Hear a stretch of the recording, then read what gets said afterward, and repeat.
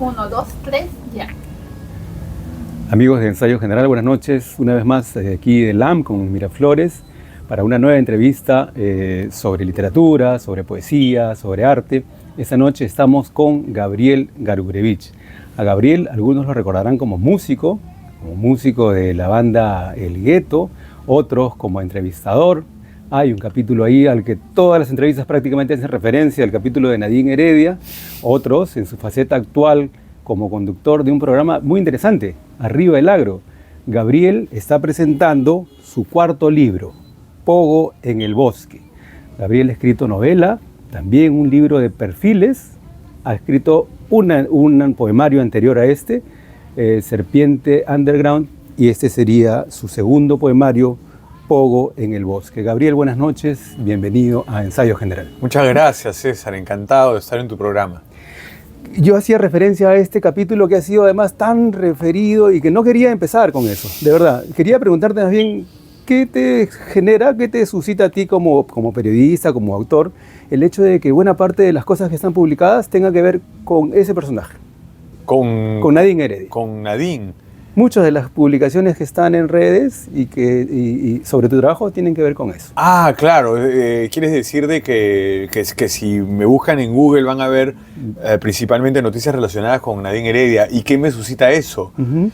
Bueno, en su momento fue algo bastante estresante, ¿no? Digo, el suceso mismo, ¿no? De las presiones de Palacio de Gobierno, las presiones de la revista que ejercían sobre mí, ¿no?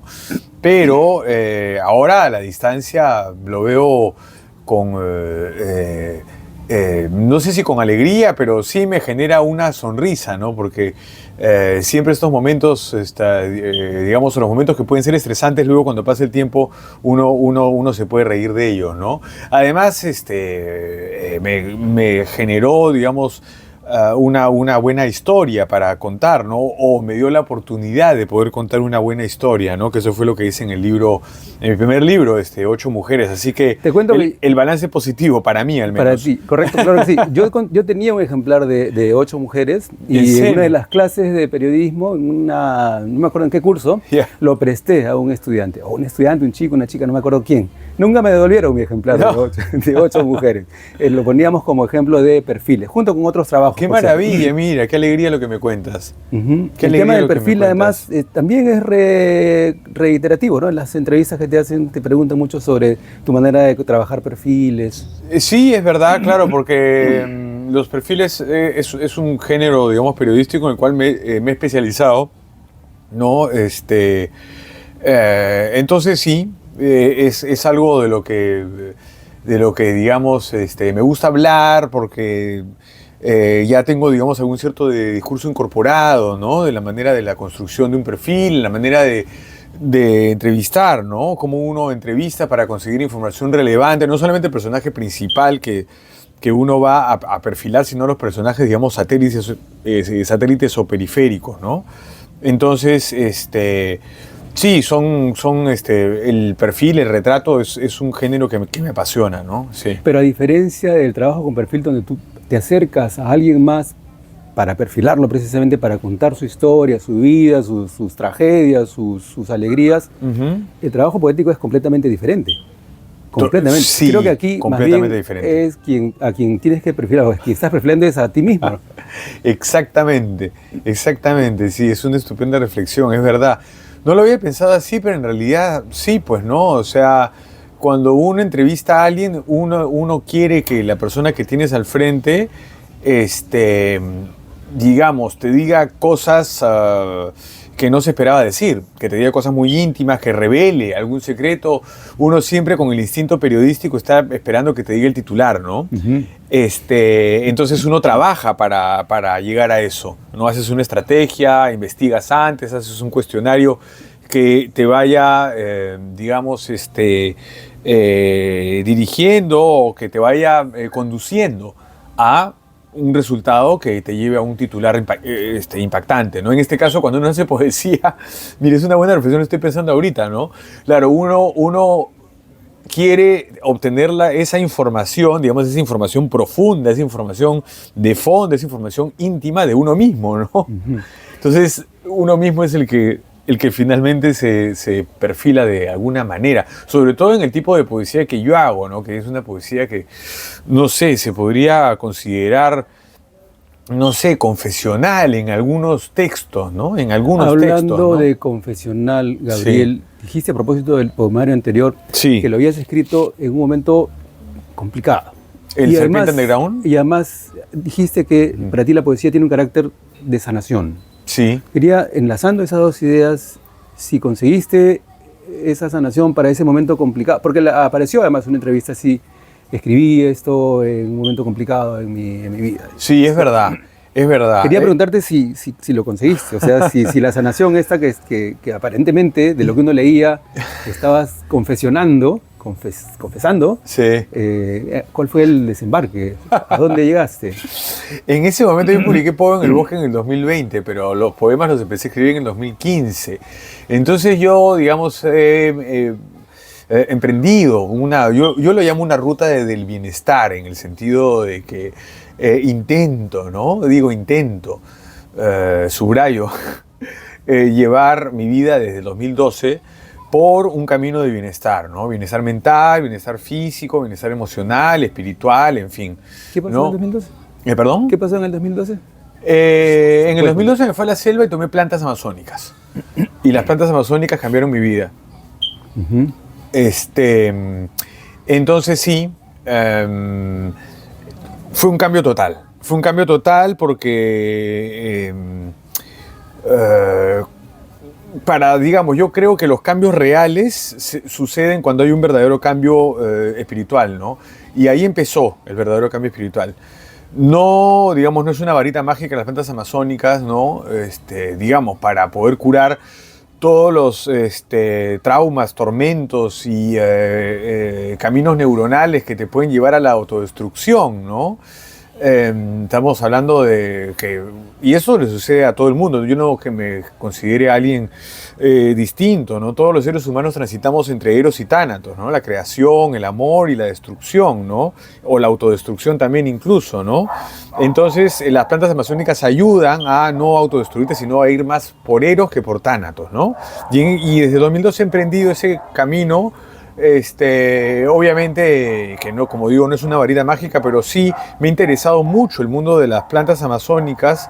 Después también he descubierto digamos, las terapias con psilocibina, que están muy de moda ahora en la psiquiatría moderna, ¿no?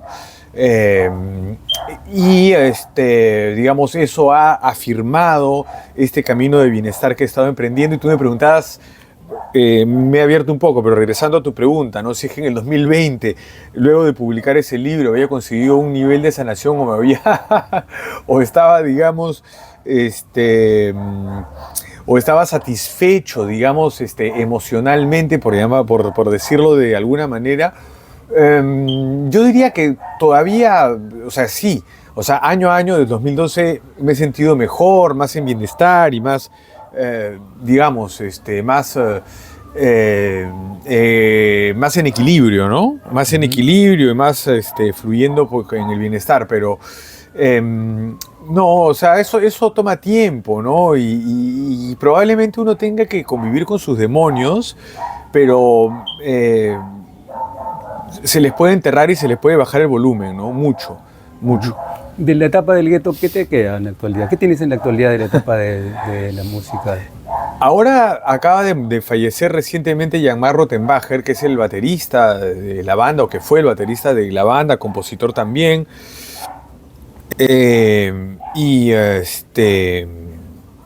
Claro, y bueno, es inevitable que... a ver, claro, componíamos juntos con Jan-Marc y arreglamos, pero Jan-Marc, digamos, era un gran arreglista, había canciones suyas que son muy importantes en la banda, pero yo, claro, ha fallecido Jan-Marc y el gueto ha estado nuevamente en la palestra, digamos, de mis emociones y me genera emociones encontradas, ¿no? Eso obviamente me genera muchísima tristeza el fallecimiento de Jan-Marc, muchísima tristeza, porque he sido un alguien con el que compartí momentos muy importantes en mi vida. Entonces, lo conozco desde kindergarten, pero sobre todo en la adolescencia, cuando empezamos a hacer música, hemos, digamos, compartido nuevamente, como decía, momentos importantes en la vida, ¿no? Y esos momentos son inolvidables, ¿no? Con sus pros y sus contras, ¿no? Pero lo que la música consigue, es decir, unir a un grupo de artistas como éramos nosotros en el gueto, eso es maravilloso, ¿no? Uh-huh. Gabriel, mencionaste el tema de lo confesional y yo quería preguntar, a mí me da la impresión de que esto es completamente confesional, tercer movimiento rabioso, ¿cierto? Aquí uh-huh. ¿Es Gabriel el personaje de este poema? ¿O no? ¿O qué tanto de Gabriel? Sí, no, claro, evidentemente sí. O sea, sino que hay metáforas, claro, ese es un poema muy en prosa también, ¿no? Ajá. Pero sí es confesional, sin duda, ¿no? Sin duda, es confesional. Es confesional, pero también es reivindicativo, ¿no? O sea, porque, claro... ¿En qué sentido reivindicativo? En el sentido de que se solía decir, hasta ahora se suele decir, sobre todo en el mundo del rock subterráneo, ¿no? Donde nosotros pertenecíamos con el gueto, ¿no? Claro, tocábamos en Barranco, pero también tocábamos en el Agustí Rock, también tocábamos en Quilca, ¿no? También tocábamos en la discoteca Cerebro, ¿no? En el Averno, en fin, ¿no? Entonces, también éramos parte de la movida subterránea, pero también de la movida barranquina, digamos, ¿no? O miraflorina también, ¿no? Pero siempre había, digamos, esta etiqueta, ¿no? Que a veces soltaban desde los ámbitos underground, ¿no? O subterráneos, ¿no? Que es el pitupunk, ¿no? ¿Te incomodaba mucho cómo se podría decir? No me lo decían mucho a mí, en realidad. O sea, sí a veces, ¿no? Pero no era algo recurrente, no era algo que me lo dijesen tanto como para que me pudiese incomodarme, ¿no? No, para nada. Pero sí, o sea, esa era una palabra que a veces se escuchaba por ahí, pero que se la decían incluso a otras bandas también. Entonces, claro, ¿por qué es reivindicativo? Claro, porque acá ese poema se llama Tercer Movimiento Rabioso, digamos, es una suerte de intertextualidad, ¿no? Una conversación, mejor dicho, con el poema de Cisneros, ¿no? Que se llama también Tercer Movimiento.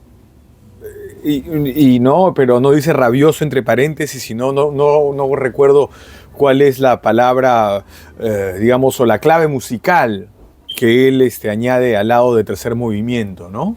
Pero acá rabioso, acá rabioso. Como grosso.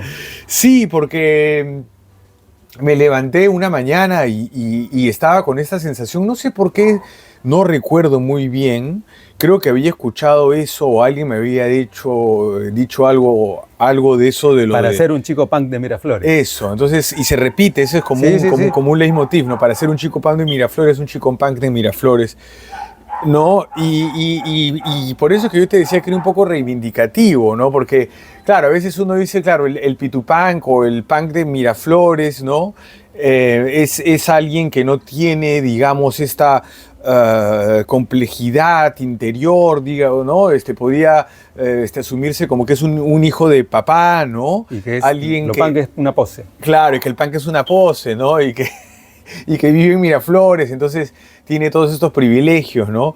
Y es verdad, ¿no? Obviamente yo he vivido toda mi vida y he crecido en Miraflores, una familia no rica, una familia de clase media. Mi padre, como yo se lo he dicho a él personalmente, es un self-made man, como dicen los gringos, ¿no? Que es un hombre que se ha hecho a sí mismo, ¿no? Pero es de clase media también y ha sabido sacarnos adelante a la familia, nos ha dado educación, buena educación, universitaria incluso, y esto no es porque hayamos recibido alguna herencia o porque tengamos algún linaje en el apellido, ni mucho menos, ha sido todo gracias al trabajo arduo de mi padre, ¿no? Pero tu padre también está acá, ¿no? Ya es, de lo que leo, es un tipo recto, ¿no? Es un tipo muy firme. Sí. Para mí es un ejemplo Porque, a ver, gracias a él empecé a escuchar música buena, ¿no? Gracias a él tuve un primer vistazo hacia la espiritualidad, ¿no? No sé por qué salí yo tan atormentado, en realidad. Y ahí regresamos un poco a lo del chico punk de Miraflores, a este estigma de que si tú eres un pitupunk o punk de Miraflores, entonces no eres tan atormentado como yo, que soy del centro o del Agustino, o de, en fin. Pero sí, o sea, eso no. Entonces, ese poema revela, como tú dices, es un poema confesional. Sí, revela efectivamente. Es una purga, es como casi una purga así brutal, ¿no? Es como un vómito. Ese poema, como haber tomado plantas amazónicas. Algo así, ¿no? Algo así. Entonces, claro, donde ya. Digamos, por un lado, uno se sana de esa manera. O sea, te cuento, sí, Gabriel, que mientras leía Tercer Movimiento Rabioso, y tú has dicho que en cierto momento has escuchado también trova, mencionabas a Silvio, sí, me acordaba, sí. Leyendo este poema, me acordaba de Alberto Cortés y su tema Para ser un pequeño burgués. Ah, y mira. Entonces yo iba leyendo, decía, Gabriel tiene una, digamos, una canción, un poema que podría dialogar con esa canción de Cortés, Para ser un pequeño burgués, ¿no? Y él que va diciendo, para ser un pequeño burgués, y va enumerando cuáles son las características de un pequeño burgués. No te digo que sea lo mismo, te digo que cuando lo leí, me acordé de esa canción. Curioso, mira, y sí sé qué canción es, ¿eh? A mi madre le encanta Alberto Cortés y de hecho le he escuchado esa canción, pero no la había pensado, pero ahora que lo dice, sí, es verdad, puede ser que que tenga esa canción en mi ¿cómo se dice? En mi subconsciente, ¿no? Claro, podría ser. En algún sector del puede ser, ¿ah? Sí, pues, y esas cosas salen, mira, qué interesante, sí. Sí, pues, porque la poesía es música al final. Ahora, el texto que escribe Julia Wong es bien, digamos, profundo. Yo diría que hasta por momentos un poquito académico. Sí, y ahí viene la otra pregunta. Yo leí un comentario el otro día en redes, alguien que decía, pero los actores no deberían hablar de su obra, para eso están los críticos. Y me acordaba también de eso, ¿no? ¿Se te hace difícil hablar de tu trabajo, de tu trabajo poético? Un poco, sí, ¿no? Sobre todo del trabajo poético, ¿no? Porque es algo muy íntimo. Entonces sí, se me hace un poquito difícil, ¿no? No es que tampoco se me haga un mundo, ¿no? Pero sí, es algo muy íntimo, pero también es algo muy necesario para mí, o sea, para mí es algo muy urgente, ¿no? Yo ando rumiando ideas, mientras trabajo en casa y mientras me baño estoy pensando en una idea, digamos, un concepto de un poema, ¿no? Y le voy dando vueltas y voy a agarrar una libreta y voy tomando notas en la libreta y apunto una idea, apunto otra idea y así voy armando y después me siento en la noche en la computadora y armo una estructura y que le empiezo a trabajar en los siguientes días, ir puliéndola, dándole forma. Y eso es maravilloso, es un trabajo casi como de escultor, ¿no? Es muy estético, ¿no? Es muy musical, ¿no? Es muy rítmico y a la vez muy purgativo, ¿no? Porque los sentimientos son sentimientos muy profundos, ¿no? A propósito de ese tema de ir limpiando, de ir puliendo, mencionabas que trabajabas también con tu editor. ¿Tanto Sí. hay ahí en ese diálogo editor-autor, editor-poeta? Me refiero al resultado. ¿El resultado es mitad-mitad? ¿Cómo lo ves tú? ¿Cómo ves tú? En el caso de, a ver, yo sí, como bien dijiste en la presentación, he escrito una novela, ¿no? En el caso de esa novela yo la edité con La Estrada y fue un trabajo estupendo el que hice con Katy Estrada, ¿no? Con Catherine Estrada. Ella me sugirió cosas, ¿no? Para que añada, pero también tuve un editor previo que fue Lucho Zúñiga, ¿no? Y Lucho Zúñiga también, él fue, digamos, el que germinó la historia que transcurre en ese libro, en Más de la Cuenta, ¿no? En esa novela, ¿no? Entonces he tenido dos guías, una guía inicial que es Lucho Zúñiga y después otra guía posterior que ha sido Katy Estrada, que finalmente fue la que me publicó el libro con su editorial La Estrada, ¿no? Entonces, en ese caso, sí hay una dirección, ¿no? Cuando escribes narrativa, cuentos no he publicado todavía. Y en el caso de Ocho Mujeres, el libro de retratos periodísticos, también hubo una cierta dirección, ¿no? De parte de la editora, que en ese entonces era Nayib Barrio Nuevo, que ese libro lo publiqué con Penguin Random House. Pero en el caso de la poesía no he sentido yo una dirección de parte de los dos editores con los que he trabajado, uno con Serpiente Underground, que, ¿no? Con Mario Bendezú, ¿no? De su editorial Plectro, y ahora con Francisco León, de Francisco León Editores, ¿no?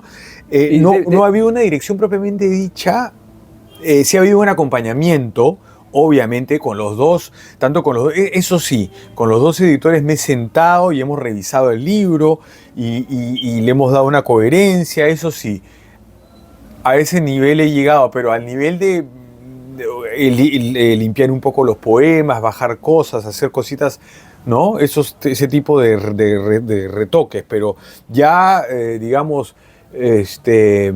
dirigir, ¿no? Como sí se puede, o como yo he sentido que un editor ha dirigido la narrativa que yo he escrito, No a ese nivel. No a ese Ahora, nivel, ¿cómo no. te va trabajando tú que eres editor? Has trabajado como editor en varias publicaciones. ¿Cómo Sí. te va el hecho de pasar al otro lado y ser editado? Es interesante, ¿no? Porque uno siempre tiene ciertas inseguridades, además, ¿no? Cuando tiene, digamos, un producto para publicar, ¿no? Hay ciertas dudas. ¿Qué te genera la duda? ¿El público? ¿Cómo lo va a recibir? ¿Qué van a pensar? Sí, bueno, es inevitable, ¿no? Siempre, ¿no? Ese Hasta es cuando uno publica cosas periodísticas, ¿ah?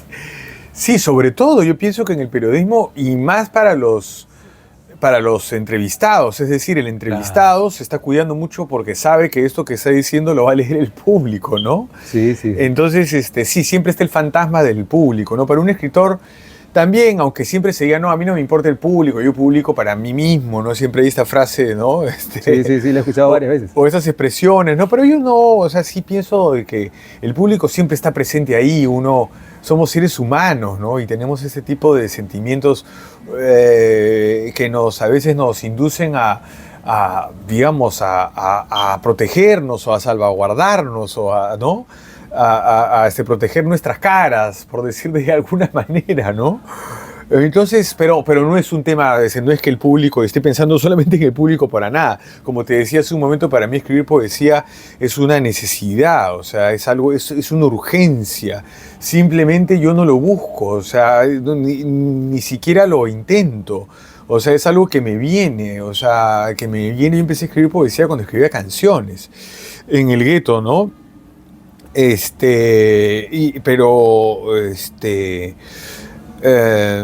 Y luego han venido los